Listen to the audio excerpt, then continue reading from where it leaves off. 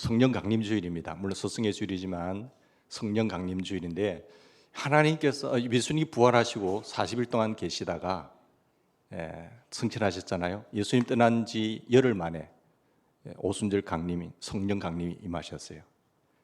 구약 성경에 보시면 하나님께서 직접 말씀하셨잖아요. 특별한 사람들에게 말씀하셨어요.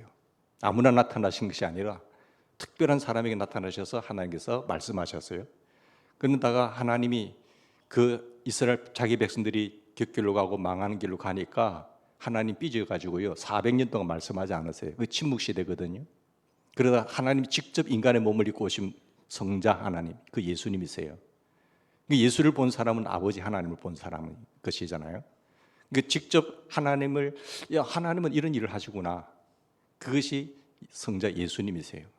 그리고 그 예수님이 이 땅에서 하나님 일을 하시다가 그 구원을 이루시고 십자가에 죽으시고 부활하시고 성천하셨어요. 그리고 가기 전에 하신 말씀이 오늘 이 말씀이거든요. 너는 예루살렘을 떠나지 말고 내가 약속하신 바 그 성령을 기다리라 하셨어요. 근데 육신을 입고 오신 하나님이 예수님이라고 한다면 이제 그 하나님이 영으로 오신 분이 성령 하나님이세요. 직접 육의 한계를 입고 계신 분은 시공간의 초월을 하지 못하잖아요. 근데 영으로 오신 하나님은요, 성령님은 시공간을 초월하세요. 그래야 우리가 주님 하신 일보다 더 큰 일도 할 수 있는 것이죠. 그러니까 영으로 활동하신 하나님. 그 예수님께서 간절히 약속을 믿고 붙잡아 기도한 그들에게 오순절 날에 50일째 되는 날에 성령이 오셨어요. 그래서 이들이 놀라운 일을 하는 것을 보게 됩니다. 예수님이 곁에 있어서 같이 먹고 자고 할 때는요, 주님 따라다닌다고 했지만요, 결정적인 순간에 다 배신하고 돌아서는 사람들이었잖아요. 제자들도. 근데 그보다 더 강력한 힘은 하나님이 직접 우리 안에 임재하는 거예요. 그게 성령님이거든요. 하나님이 직접 임재하셔서 예수님을 영접하고 주님 내 안에 오시면요, 그게부터 새 사람 거듭난 삶이 이루어집니다.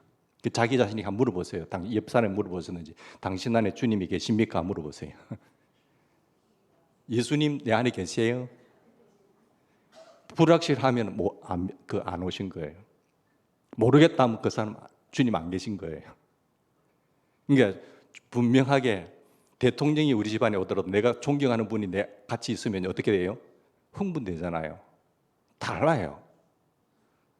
사랑하는 사람만 옆에 있어도 그렇고 내가 존경하고 절대적인 힘을 가진 사람이 내 옆에 있으면요 달라져요. 그런데 전능하신 하나님이 내 안에 계시는데 아무런 반응이 없다고요? 그거는 안 믿는 사람이죠. 주님이 그 안에 안 계신 거잖아요. 하나님이 어떻게 내 안에 임재하실 수 있을까요? 그게 성령님이기 때문에 그래요. 성령으로 아니고는 예수님을 알 수도 없고요, 성령을 아니고는요 예수님을 주님이라고 고백할 수도 없어요. 그런 고백은 지금 가짜 고백이죠. 성령이 오셔서 내 눈을 열어주시면 예수님이 보이시고 예수님이 나와 함께 하신 것을 느껴져요. 여러분, 예수님이 나와 함께하고 내 안에 있는데 여러분 은밀한 죄를 지을 수 있나요? 없죠. 절대 없습니다. 예수님이 나와 함께 한다는 사실을 안 믿기 때문에 은밀한 죄에 빠지는 거예요. 도둑질하는 거예요. 사기치는 거예요. 그 안에 예수님 안 계세요. 코람데오의 신앙, 하나님 앞에서의 신앙이라고 하는 것은요, 주님이 나와 함께 하신다는, 예수님을 나의 구세주로 영접하는 주인이 바뀔 때에 구원받았다라고 말하는 것이죠. 그게 거듭났다는 것입니다. 이 예수님을 믿으면 여러분 두려움과 염려와 불안은 다 사라지게 되어 있습니다. 이게 큰 믿음이죠. 놀라운 믿음이죠. 예수님을 가장 믿는 큰 특징은 뭡니까? 우리 안에 예수님이 계신다는 거죠. 그 어떤 신앙의 교주가 우리 안에 들어올 수 있습니까? 석가가 들어올 수 있다고요? 공자가 내 안에 들어올 수 있습니까? 소크라테스가 내 안에 임재하셔서 다스릴 수 있나요? 예수님만이 우리 안에 임재하실 수 있다는 거예요. 얼마나 놀라운 복음입니까? 예수님이 내 안에 임재하시고 함께 하신다는 이 고백이 정확하고 그분을 믿어야 그 사람이 거듭난 사람입니다. 깡패도 성령이 딱 임재하면요 바뀌게 됐어요. 그 전까지는 열심 가지고는 안 됩니다. 아무리 열심 부려보세요, 성경 많이 읽고 뭐 해보세요, 되는 거 안 돼요. 그래서 주님께서 해결 방안이 너 예루살렘 떠나지 말고 내게 약속하신 바 그 성령을 기다리라는 거예요. 기도하면서. 너희들 뭐 얼마나 열심히 한다고 장담했냐. 다른 사람 다 주님 배신한다도 나는 주님 안 떠날게요 했던 그가 배신하고 배반하고 저주까지 했잖아요. 우리는 힘이 없어요. 주님이 내 안에 임재할 때에 내게 능력 주시는 자 안에서 내가 모든 것을 할 수 있는 것이지요. 뭐 내가 좀 배웠다고 경험이 많다고 인생 좀 오래 살았다고요? 여지없이 무너집니다. 그 안에 주님이 안 계시니까요.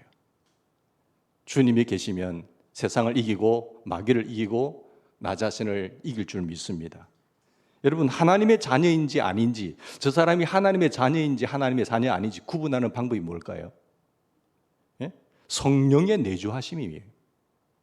성령이 내주하시면 그 사람은 하나님의 자녀고요. 성령이 내주하지 않으면 하나님의 자녀 아니에요. 그리스도의 영, 성령이 없는데 어떻게 그리스도의 사람이 아니라고 했잖아요. 맞습니까? 성령이 그 안에 없으면 하나님의 사람, 그리스도의 사람 아니에요. 영은 두 가지 있거든요. 마귀의 영이 있고요. 악령이 있고요. 성령이 있어요. 성령은 예수님을 조명합니다. 예수님을 바라보게 해요. 성령님은요, 순종의 영입니다. 하나님의 말씀을 순종해요. 그래서 하나님을 사랑하는 사람은 나의 계명을 지키리라 했어요. 하나님의 계명을 지키는 자라야 나를 사랑하는 자니, 나를 사랑하는 자는 내 아버지께 뭘 받을 것이요? 사랑을 받을 것이요. 나도 그를 사랑하여 그에게 모든 것을 나타내리라 하셨어요. 하나님의 놀라운 역사가 나타나는 사람은 하나님을 사랑하는 사람입니다. 사랑하기 때문에 계명을 지켜요. 청종해요. 그런 자에게 이 모든 복이 임하리라 하셨어요. 지키고 순종하는 사람에게 하나님의 복이, 여호와 이르러 준비하신 복이 임하는 겁니다. 그래서 그 사람은 예수님을 모시고 예수님을 늘 바라보며 살기 때문에, 내주하신 주님과 함께 동행하기 때문에 누구를 닮아가요? 예수님의 모습이 나타나는 거예요. 얼굴이. 링클이 그걸 말했잖아요. 40이 넘으면 자기 얼굴에 책임을 지라는 이유가 그거예요. 계속해서 사람은 생각하고 바라보는 것에 의해서 얼굴이 바뀝니다. 50 넘어가면, 60 넘어가면 그 얼굴이 그 얼굴이잖아요. 뭐 젊을 때 미스 코리아를 했지만은 60 넘어가 보세요. 그 얼굴이 그 얼굴입니다. 그런데 주름살은 가지만 그의 얼굴에 우아함이 넘치는 거예요. 그 예수님의 우아함과 그 인자함이 넘치게 돼 있어요. 그게 속에 있는 것이 드러나기 때문에 그렇습니다. 그 모양은 속일 수 없는 거죠. 주름이 지더라도 얼마나 멋있는 얼굴로 바뀌는지 몰라요. 우리는 예수 믿는 예수님의 사람들이에요. 그렇기 때문에 우리를 바라볼 때 우리를 통해서 누구를 느낄 수 있어야 돼요? 예수님을 볼 수 있어야 돼요. 왜? 저 안에 예수님이 계시니까. 예수님이 영생하기 때문에 우리도 영생하는 줄 믿습니다. 자기가 참으로 사랑했던 첫 여인이 죽습니다. 그런데 그 시련의 상처를 달래기 위해서요, 상처를 달래기 위해서 정치에 들어가게 됩니다. 정치 생활을 하면서 그가 높은 지위까지 오릅니다. 영향력 있는 사람이 되었지만, 그리고 더럽고 추한 정치 게임에 밀려서 누명을 쓰게 됩니다. 그리고 그 자리에서 물러나게 돼요. 사람들에게 회의를 느끼고 그가 다시는 고향에 돌아올 수 있는 몸이 되어서 거지 생활을 시작하게 됩니다. 정치라는 것이 그 한 방에 날아가는 거잖아요. 줄을 잘 타서 하면은 그 길을 가는 것이고, 그렇지 않으면은 바로 꺾이는 것이 정치의 현실입니다. 사랑도 정치도 모두 다 실패하고 고독한 방랑길에 들어선 그는 어느 날 밤하늘을 바라보면서 새로운 꿈을 꾸기 시작합니다. 그 꿈에 사랑했던 베아트레제가 자기를 영원한 세계로 인도해내요. 그리고 영원한 세계로 인도하면서 나타나는 꿈이었는데, 그가 붓을 들어 글을 쓰기 시작합니다. 그게 바로 단테의 신곡이라는 것이, 새로운 꿈을 꾸기 시작한 것. 여러분, 이 책 속에서 우리는 두 가지를 생각할 수 있습니다. 하나는, 첫째는 한 사람이 지니고 있는 떨쳐버릴 수 없는 첫사랑의 환상, 그것을 계속해서 바라보고 있죠. 다시 말하면 첫사랑에 대한 그 인간의 끈질긴 집착에 관한 것을 우리는 여기서 읽을 수 있어요. 단테 신국에서 읽을 수 있잖아요. 그리고 둘째는 정치가의 꿈이 사라졌을 때에 오히려 그를 새롭게 태어나게 했던 비결이 무엇일까? 새로운 꿈과 새로운 야망을 가지고 펼쳐나갈 수 있는 힘이 무엇이었을까? 오히려 그를 새롭게 만들었던 다른 꿈인 작가의 꿈에 인생을 걸어갔던 단테. 작가의 꿈을 그에게 전보다 더 나은 인생을 가져다는 새로운 꿈이 탄생했다는 것 아니겠습니까? 여러분, 심리학자 아브라함 머슬로우가 중요한 이야기를 합니다. 인간이 지닌 최고의 욕망은 뭐라고 했습니까? 인간이 지닌 최고의 욕망은요, 자기 실현의 꿈입니다. 결국은 그래서 사람들은 가지고 돈 있으면 뭘 하게 돼요? 정치에 뛰어드는 이유가 그거예요. 좀 더 영향력 있게, 좀 더 많은 사람들에게 자기의 힘을 과시하고 자랑하는 것이 정치잖아요. 지배하겠다는 것 아니겠어요? 그게 인간의 지닌 최고의 욕망이라는 것입니다. 그래서 그의 말대로 자기의 달란트나 자기의 재능을 가지고 마음껏 펼쳐보고 싶어하는 자기 실현의 꿈이 인간이 가진 지고의 욕망의 중에 하나라고 한다면, 자기 실현의 꿈이 불가능해져서 자기가 참으로 원하는 삶을 살 수 없게 되었을 때 사람들은 절망하고 낭망하고 넘어지게 되는 거잖아요. 그런데 자기의 꿈을 실현할 수 없는 상황 속에 두 종류의 사람이 두 가지 반응으로 나타날 수 있는데요. 하나는 정말로 슬픔 속에서 절망할 순간을 이겨내지 못하고 포기해버리는 사람이 있는가 하면은, 또 다른 꿈을 꾸고 새로운 야망을 이루기 위하여 그것을 딛고 일어서는 사람이 있다는 것을 우리는 알 수 있습니다. 여러분, 삶의 위기를 극복하고 재기하는 사람들의 공통점이 무엇입니까? 우리에게 왜 실패가 없겠습니까? 한 번도 실패하지 않고 세상을 이기면서 승리의 맛을 맛보는 성공의 자리에 계속 머물리는 사람이 극히 드물잖아요. 그런데 한 번 실패한 그 자리에서 다시 재기의 꿈을 가지고 일어섰던 사람들의 공통점은, 하나의 꿈이 사라졌을 때 그는 자기의 사라진 그 꿈 위에 잿더미 속에서 울고 부르짖는 낙심하는 낭망하는 사람이 아니라, 보편적으로 대부분의 사람들은 하나의 꿈이 사라졌을 때 쉽게 낭망하고 포기하지만, 그러나 모든 것을 체념해버리지만은 그러나 다시 한번 일어서는 사람이 있다는 사실이에요. 여러분은 어떤 사람입니까? 여러분, 예수님을 따라다녔던 제자들에게도요, 자기들의 꿈이 있었습니다. 여러분, 예수님이 활동하는 모습을 보니까 와, 이 사람은 군중들을 몰고 다니거든요. 얼마나 좋았겠어요. 제자들의 꿈은 처음에는 독립운동가 출신들이잖아요. 소위 독립운동의 출신가들이기 때문에 로마의 압제에 있는 자기 나라 유대 땅을 해방시키는 것이 꿈이었습니다. 이 힘에 의해서 밟히고 있는 우리나라를 어떻게 하면 독립시킬까? 그것이 꿈이었는데, 한 어느 날 젊은 청년이 나타나서 인간 군중들을 몰고 다니니까, 야, 저분이면 되겠다. 그래서 예수님께 붙는 겁니다. 저 예수님을 통해서 우리는 이 나라를 독립시켜야지. 그러면서 꿈을 갖게 되는 거죠. 야망을 갖게 되는 겁니다. 저 예수님이 통치하고 지배하는 그날 되면 우리도 한 자리 해야지. 그러면서 나는 좌의정, 너는 우의정. 예수님이 정말로 한 자리 하시면은, 예수님이 다스리는 그런 나라가 되면은 우리 민족 해방의 꿈만 아니라 내 야망의 꿈도 이루어지는 그날이다 하면서 예수님을 추종하기 시작합니다. 그런데 정치적 메시아가 어느 날 허무하게 십자가에 죽어버려요. 그 기대했던 그 예수가 십자가상에서 비참하게 죽어가니까 다 뿔뿔이 삼삼하고 흩어져서 자기 고향으로 돌아가 버립니다. 보스가 죽음의 위기 앞에 몰리니까 나는 그를 모른다고 하잖아요. 나는 그 누구도 예수님을 떠날지라도 나는 떠나지 않겠다고 말했던, 장담했던 베드로도요, 그 예수가 십자가에 못 박기 전에 채찍을 맞고 하는 그 전에 그는 모른다고 합니다.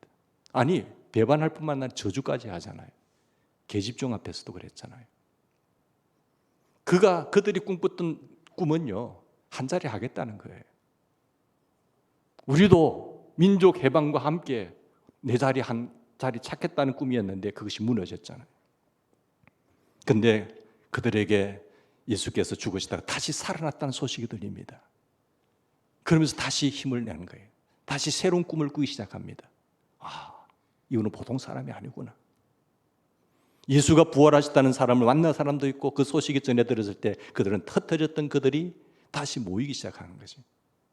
예루살렘으로 모여들기 시작했습니다. 흩어졌던 그들이, 시골로 갔던 그들이, 자기의 옛 직업으로 돌아갔던 그들이 다시 예루살렘에 한두 사람씩 모이기 시작했던 거죠. 예수 그리스도를 위해서 생명을 바치겠다. 나는 저분이라고 한다면 내 생명, 내 인생을 거기에 걸겠다 하면서 다시 일어났습니다. 그리스도의 죽으심이 제자들에게서 꿈의 소멸이라고 한다면 예수 그리스도의 부활은 그들에게 꿈의 다시 부활이었습니다. 예수님께서 부활하셨을 때에 제자들에게는 정말로 궁금한 점이 있었습니다. 그가 다시 살아났을 때 제자들은 어떤 궁금한 점이 있었는가 하면 오늘 6절 말씀 보실까요? 그들이 모였을 때에 예수께 여짜와 물습니다. 한 제자가 와서 궁금증을 물으라고 하는 게 주님께서 이스라엘 나라를 회복하심이 정말 이때입니까 이제? 그 질문을 하는 거예요. 본문의 배경은 주님께서 부활하신 이후의 사건들이잖아요. 부활하신 이후에 펼쳐진 놀라운 이야기가 사도행전 역사잖아요. 그렇다면 선생님이여, 죽음을 깨고 일어나신 당신이 이 놀라운 권능과 능력으로 우리 로마로부터 우리나라를 해방시킬 수 있는 날이 언제입니까? 이때입니까? 질문한 거죠. 그러나 예수님의 꿈은 제자들의 꿈과는 달랐습니다. 제자들은 이스라엘 민족의 회복이라는 꿈을 꾸고 있었지만 주님께서는 그보다 더 큰 하나님의 나라의 꿈을 꾸고 계셨고 그 하나님의 나라를 완성하기 위해서 예수님은 그 죄악의 구렁텅이에서 마귀 아래 있는 그들을 구원하기 위해서 직접 하나님의 아들의 아버지의 명령을 따라서 이 땅에 오신 거잖아요. 그리고 저들의 죄의 문제가 해결되어져야 되기 때문에 그 피값으로 우리를 사함받게 합니다. 그리고 부활하심으로 말미암아 우리를 어렵다 할 수 있는 길을 열어주신 것 아니겠습니까? 예수님의 꿈은요, 하나님 나라의 꿈이었어요. 3절의 말씀 보십시다. 3절에 보시면 부활하신 예수님께서 무엇을 하셨는지 알 수 있어요. 그가 부활하시고 이 땅에 40일 동안 머무시면서 뭘 하셨어요? 고난받으신 후에, 십자가 지신 이후에, 다시 사신 이후에 그는 그들에게 확실한 많은 증거로 친히 사심을 나타내서 40일 동안 그들에게 보이시고 뭘 하셨어요? 하나님 나라의 일을 말씀하셨느니라. 여러분 8절 말씀 보십시다. 사실 하나님 나라의 꿈을 실현하기 위한 명령까지 주어집니다. 나는 이 하나님의 나라를 위해서 왔다. 그리고 이 하나님의 나라를, 이 비전을 이루기 위해서 난 너에게 명령한다. 그 하나님의 나라는 오직 성령이 임하여야 된다는 것이죠. 그래서 오직 성령이 너에게 임하면 권능을 받게 되고 땅 끝까지 이르러 내 증인이 되는 거야. 새로운 삶의 가치가 실현되는 거죠. 내 잘 먹고 잘 살기 위한 안일함을 위해서 교회를 다녔다고 한다면 성령이 임재하면 그것이 나의 궁극적인 가치가 될 수 없는 것이고 목표가 될 수가 없는 거예요. 나는 이 땅에 머물지만 내가 잠시 머무는 내 고향은 영원한 곳은 하나님 앞에 서는 것이고 나는 그 하나님 나라에 입성해서 평가를 받는 것이 최고의 가치이기 때문에 나는 그 일을 위해서 살게 하는 분이 누굽니까? 성령님이라니까요. 내 의지와 결심은, 내 감정은요, 아침적으로 바뀌는 거예요. 성령이 임재하면 아무리 돌감람나무가 돌배가 참배가 되기 위해서는 정성을 들인다고 되는 것이 아니라, 걸음을 많이 준다고 되는 것이 아니라 종자가 바뀌는 겁니다. 거듭이 나야 되는 거지. 그럴 때에 하나님은 그런 사람들을 통해서 하나님의 역사가, 하나님의 나라가 이루어지는 것 아니겠습니까? 예수님 꿈꾸고 계셨던 하나님의 나라는 이스라엘 민족과 제자들이 꿈꾸고 있던 그런 나라와 여러 차원에서 분명하게 달랐습니다.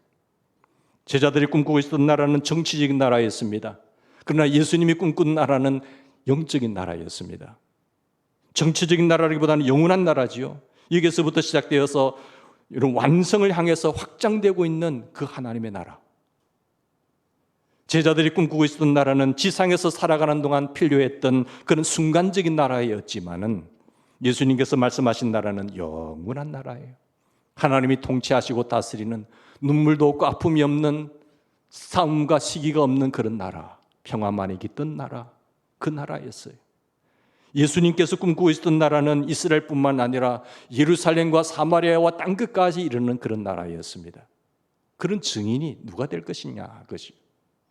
예수님은 몸을 입고 가셨어요. 승천하셨어요. 다시 주님께서 하신 그 몸을 교회를 통해서, 주님이 임재하신 그런 사람들을 통해서, 그리스도의 몸인 교회 우리를 통하여 하나님의 이 뜻을 펼쳐나가기를 원합니다. 성령이 임재하신 그런 사람을 통해서 주님의 나라는 계속해서 확장되기를 원하는 거죠. 땅 따먹기 아니에요. 마귀의 지배 아래 있던 우리, 공중권세자 아래 있던 우리가 주님이 내게 임재하셔서 주님을 모시고 그 가치관과 그 말씀을 따라서 이 땅에 펼쳐나가는 정치계와 경제계와 교육계와 문화계 모든 필체에 하나님의 사람들이 들어가서 주님이 나를 통해서, 나의 몸을 통해서 그곳에 임재하셔서 하나님의 통치와 다스림이 임하게 하는 나라가 하나님의 나라예요. 그래서 신앙생활은 영적 전투라는 것이.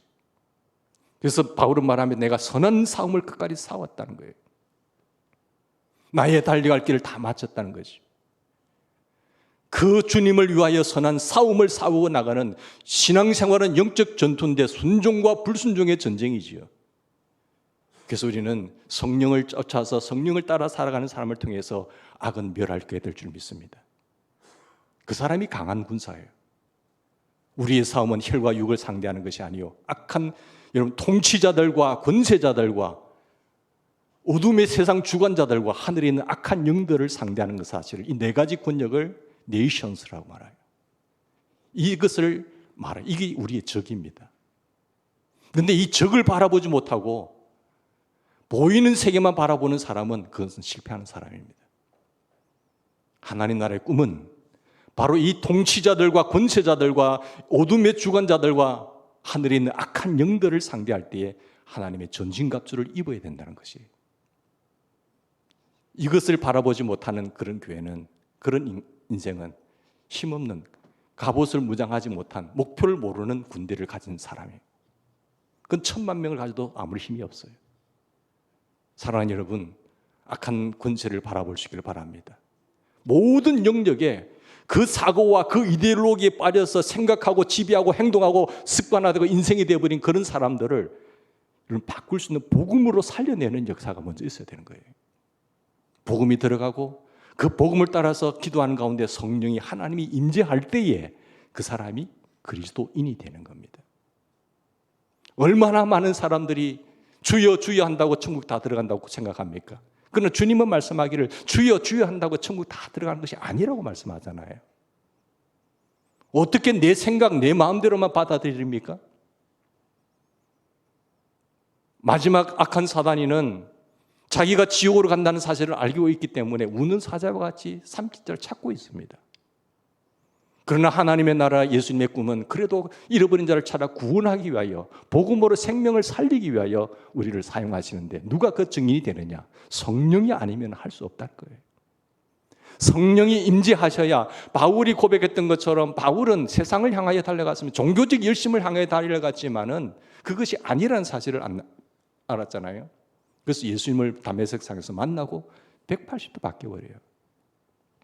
오로지 주님만을 위해서 달려가죠. 그가 가진 지위와 그 가문과 학벌과 모든 것들을 생각하면 그 사람은 가만히 있으면 편안하게 삶을 살다가 죽을 수 있는 사람이잖아요. 그런데 무엇 때문에? 주님 만나고 보니까, 주님이 내 안에 임재하고 보니까 그렇게 살 수가 없는 거예요. 오직 주님을 위해서 40의 가만 매도 맞고 강도의 위험과 여러 가지 고난과 고통을 겪으면서 갈려가죠. 내가 그까지 선한 싸움을 싸우고 믿음을 지켰으니 여러분 이제 구르는 나를 위하여 영광의 면류관, 의의 면류관이 있습니다. 이게 힘겹게 경주한 사람들만이 월계관에 설 수 있는 거 아니에요. 오늘 다시 한번 묻습니다. 주님은 성령 강림 주일에 사랑하는 아들아, 사랑하는 딸아, 네가 너 안에 주인이 되고 있느냐? 내가 너의 인생에 너 안에 주인이 되고 있느냐? 아니면 주인을 부리는 종으로 주여 이렇게 하십시오, 저렇게 하십시오 하는 그런 주님이 종이냐? 네 인생에, 네 마음의 주인이 누구냐는 거예요. 주인은 그리스도입니다, 주는 그리스도십니다, 살아계신 하나님이십니다라고 고백하는 그 고백이 진정성 있게 그 예수님을 나의 구세주로 영접할 때에 하나님의 자녀가 되는 권세가 있는 거예요. 그게 진정성이 있어야 된다니까요. 주인이 바뀌면요, 달라져요. 우리 아버지가 주인이 되면요, 내 자녀는 염려할 것이 없잖아요. 뭘 염려하세요? 엄마 아빠가 다 챙겨주시는데. 알아서 챙겨주신다니까요. 문제는 내가 주인인 거예요. 아니면 심지어는 마귀가 내 주인 노릇을 하고 있는 거예요. 그 마귀를 쫓아내고 나는 십자가 앞에 죽고 그리스도가 사는 그런 인생이 되셔야 아무것도 염려하지 말고 오직 모든 일에 기도와 간구로 내 구하라 그래서 감사함으로 하나님께 아뢰면 되는 거예요. 이 원리를 말하는 거죠. 여러분, 세상의 나라는 전쟁을 통해서 땅 따먹기입니다. 그런데 하나님의 나라는 전도라는 방법을 통해서 하나님의 나라가 확장된다고 말씀합니다. 제자들이 꿈꾸고 있었던 나라는 한 민족에게 그들이 세상에서 탐하고 있었던 그런 개인적인 축복들만을 이해한다고 한다면 하나님의 나라는 개인적인 축복을 넘어서는 거예요. 정말로 축복의 통로자가 되어서 많은 영향력 있는 사람이 된다는 것이죠. 그래서 예수님께서는 하나님 나라에 대한 메시지를 전하신 이후에 아직도 이스라엘 독립이라고 하는 그런 한 가지 과제에 집중하고 있었던 제자들에게 이렇게 말씀하십니다. 뭐라고 말씀합니까? 오로지 이스라엘 독립을 꿈꾸고 있었던 그들의 자기 개인의 야망을 펼쳐가겠다고 하는 그들의 생각 속에 주님 무슨 질문하세요? 7절 말씀 보실까요? 때와 그 시기는 아버지께 있으니 너희가 알 바 아니란 거죠. 이것은 그들이 자기 민족의 독립에 대해서 무관심해야 된다는 그런 이야기가 아닙니다. 예수님의 말씀은 다음과 같은, 쉽게 말하면 이스라엘 독립은 하나님의 때에 하나님이 알아서 할 거야. 너희들이 바른 삶을 살기만 한다고 한다면, 바른 삶을 살기만 한다면 너희 민족도 독립은 반드시 올 거야. 근데 그에 신경 쓰지 마 하는 거예요. 그러나 그보다 더 중요한 일이 있다. 오직 성령이 임하면 너희는 예루살렘을 떠나지 말고 주님 말하잖아요. 내가 약속하신 바 그 성령을 기다리라 했잖아요. 그런데 성령이 임하면 너희가 권능을 받고 주의 증인이 되나. 이 하나님의 나라의 꿈을 심어주는 거잖아요. 그런데 사실 이 약속을 믿고 500여 형제가 성천하는 모습을 보았지만요, 하나님의 약속을 믿고 순종한 사람은 120명밖에 안 됩니다. 380명이 어디 갔습니까? 그 120명이 간절히 열흘 동안 기도한 결과 성령이 임재하는 걸 느껴요. 완전히 삶이 바뀌잖아요. 사도행전의 역사는 성령 행전이라고 말해서 성령의 역사인데, 성령이 임한 사람들의 행동의 반경이 어떤가를 정확하게 보여주는 것이 사도행전입니다. 그 대표적인 인물이 사도 바울이고요. 아마도 십자가 사건을 직접 목격했던 제자들은 부활과 성천의 이 극적인 체험을 통해서 주께서 말씀하신 하나님 나라에 대한 새로운 꿈을 꾸기 시작한 것입니다. 이 시간이야말로 민족주의자들이 세계주의자로 바뀌는 그런 시간이잖아요. 더 큰 사람이 됩니다. 사도행전 전체를 꿰뚫는 중요한 메시지가 있습니다. 무슨 메시지일까요? 그것은 하나님 나라라고 하는 메시지예요. 민족주의라고 하는 자기 가정이라는 자기 나라라고 하는 어떤 국한되었던 그런 어떤 나라에서 눈을 확 열게 해서 세계적인 사람으로 눈을 뜨게 하는 그런 메시지가 사도행전이잖아요. 예수님의 제자들이 하나님 나라의 꿈을 받아들이기까지는 그들과 예수님 사이에 동상이몽이었습니다. 서로 갈등이 있는 거예요. 예수 믿어 내가 왜 이래? 늘 갈등이 있는 거지. 5월 동주처럼 오나라와 올라가 같은 배에 타고 있지만 생각이 완전히 달라요. 예수님의 제자로 따라다니긴 다녔는데 완전히 딴 생각하고 있다니까요. 제자들은 이스라엘 민족이라는 하나의 꿈에만 집착했지만 예수님은 하나님의 나라를 대한 꿈을 꾸고 계신 거죠. 얼마나 많이 달랐습니까? 저는 제자들과 예수님의 각기 다른 꿈을 바라보면서 우리 교회 현장을 생각하지 않을 수가 없습니다. 여러분, 어떤 동기로 교회에 나오셔야 해요? 어떠한 동기를 가지고 교회에 다니고 계십니까? 여러분 한번 생각해 봅시다. 한 집단이나 그 공동체의 질은 여러분 참여의 동기가 어떠냐에 따라서 그 공동체의 질을 알 수가 있는 거예요. 저 사람들의 구성원들이, 그 공동체의 구성원들이 어떠한 동기를 가지고 그 단체에 들어오느냐, 그겁니다. 교회 출석의 동기를 기준으로 해서 우리 교인들을 한번 나눠보면 이렇습니다. 친교형 교인이 있잖아요. 이들은 타고난 사회성 때문에 교회 갑니다. 사람들을 만나고 새로운 이웃들을 만나서 교제하기 위하여 가는 거예요. 그래서 교회 다니면서 좀 괜찮더라 하더라. 외로우니까. 와서 하는 게 교제밖에 없어요. 다른 꿈은 없습니다. 그런가 하면은 교양형 교인이 있죠. 현 시대는 그래도 교회 정도는 다녀야지. 뭐 절에 가서 절을 하겠어? 이런 샤머니즘 사회 속에서 묶여 있는 것이 아니라 그래도 기독교는 좀 더 교양이 있더라 하면서 교양형 교인. 그러면 순교형 교인이 있지. 또 들들 볶으니까 아내가 당신 교회 가야 돼. 아니면 아내 교회 가야 돼. 아니면 부모님께서 야, 나 너 교회 다니는 거 보고 내 눈 감을게. 교회 다니는 거하고 예수 믿는 거 다르잖아요. 근데 이제 죽어주는 느낌으로 순교형 교인들. 그죠? 순교하는 셈 치고 교회 나와주는 겁니다. 그런 교인이 있는가 하면은 카타르시스형 교인들이 있어요. 이 세상을 살아가면서 당하게 되는 억울한 일들을 그리고 그것으로 인해서 가슴 속에 맺히게 된 그런 한과 울분을 터뜨리려고 오는 교인들이 있잖아요. 그런 사람들에게는 음악 크게 틀어놓고 울부짖으라고 막 해버려야 돼요. 그게 기도인지 자기 원한풀인지 모르겠지만 그 카타르시스성 교인들이 있고 그럼 습관성 교인들이 있습니다. 오늘날 아무런 동기나 목적 없이 습관적으로 교회에 출석하는 습관형 교인들이 너무나 많아요. 상당히 많은 비율을 차지하고 있습니다. 그런데 어떠한 동기로 몰려들든지 간에 그런 사람들에게 무슨 기대를 할 수가 있겠어요? 전혀 하나님 나라와 예수님에 대한 꿈과 비전과 내 꿈과는 전혀 다른 목적, 동기가 달라요.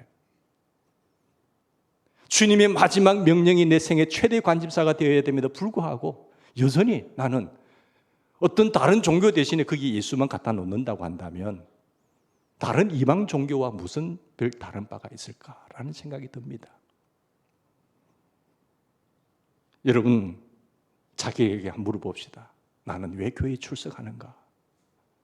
습관입니까? 동기가 무엇입니까? 무엇 때문에 당신은 예수 그리스도의 교회의 한 구성원이, 대연절개의 구성원이 되셨습니까? 단순한 카타르시스를 위해서, 단순한 친교의 목적으로, 단순히 아니면은 교양의 목적으로 우리 교회의 멤버가 되셨나요? 주님이 오늘 나에게 질문하신다면 나 주님 이것 때문이에요 라고 분명하게 말할 수 있어야 됩니다. 사랑하는 여러분, 만약 우리가 같이 몸담고 있지만 같은 배를 타고 있지만 서로 어떤 생각이 다른다고 한다면 얼마나 힘들겠습니까? 갈등이 있겠지요. 예수님과 제자들의 삶의 모습이 그랬던 것처럼 이 하나님의 나라를 위해서 헌신하는 예수 그리스도의 제자들을 불러 세우기 위해서 제자들 곁에 주님은 다가가셨고 그리고 나를 따라오너라 내가 너희로 사람을 낚는 어부가 되게 하리라. 꿈과 비전이 엉뚱한 데 있었던 그들을 새롭게 변화시키시는 예수님의 모습. 여러분, 열방들이 자기의 죄를 회개하고 주님 앞에 나오는 그날까지 너는 같이 이 길을 걷지 않을래? 라고 하는 말씀. 예수의 제자가 먼저 되는 거예요. 그 다음에 세상을 변화시키며 선교하는 공동체가 대연제육의 비전입니다. 여전히 이 하나님의 비전과 목적과는 상관없이 내 어떤 현실과 문제의 아픔만을 채우기 위해서 나온다고 한다면 먼저 그의 나라와 그의 일을 구하라. 그리하면 이 모든 것을 내가 너에게 더하여 주시게 약속하고 있지만 그 약속과는 나는 전혀 별개의 사람으로 살 수밖에 없는 거예요. 아니야. 주님의 말씀과는 상관없이 내 힘으로, 내 노력으로, 내 땀으로 사는 거야. 그렇게 한번 살아보세요. 어떻게 되는가?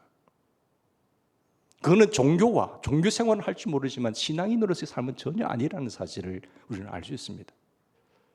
인간의 생과 사와 화와 복이 하나님의 손에 있다는 사실을 믿는다고 한다면 우리는 하나님을 절대 순종하며 믿고 따라가야 될 줄 믿습니다. 여러분, 예수님께서 하나님 나라의 꿈을 꾸고 계셨는데 오늘 예수님의 제자들은 어떤 꿈을 꾸고 계십니까? 오늘 우리에게 묻습니다. 당신은 어떤 꿈을 꾸고 있느냐 하는 거예요. 그리스도인으로서 교회 다니는 나로서 오늘 나의 꿈은 무엇인가? 그럭저럭 이 세상에 살다 가는 것이 당신의 꿈입니까? 그럭저럭 세상 이렇게 살아가는 거야. 그러다 죽는 것이 뭐.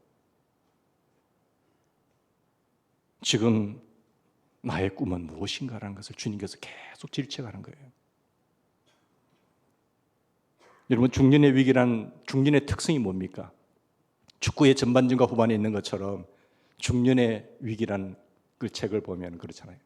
전반전에 잘 뛴 친구들은, 넉넉하게 골을 가지고 골을 넣은 친구들은 후반전에 여유가 있잖아요. 후반전도 여유 있게 잘 공을 찹니다. 인생도 마찬가지예요. 40, 50대가 중년기로 본다고 한다면 그 전에 열심히 잘 살았다고, 그래서 실패하지 않고 성공했다고 하면 후반전이 여유가 있겠지요. 그런데 전반전에 실패를 해본 사람들은 후반전 되면 굉장히 예민해져요. 나에게 또 위기가 올까? 얼마 남지 않았는데 무엇인가 해보아야지. 한 건 올려야지. 이 책의 저자는 중년의 위기에 처한 우리 사람들의 특성 중에 하나가 너무 서두른다는 거예요. 이제 내가 얼마 남지 않았구나. 그리고 바로 노년이 접어들 텐데 노년에 내 노후를 어떻게 준비하고 있지? 그러면서 너무 서두르다 보니까 그 서두른 것 때문에 쉽게 결정해버려요. 쉽게 결정하다가 너무 큰 실수를 저지르는 것이 중년 위기라는 사실이에요.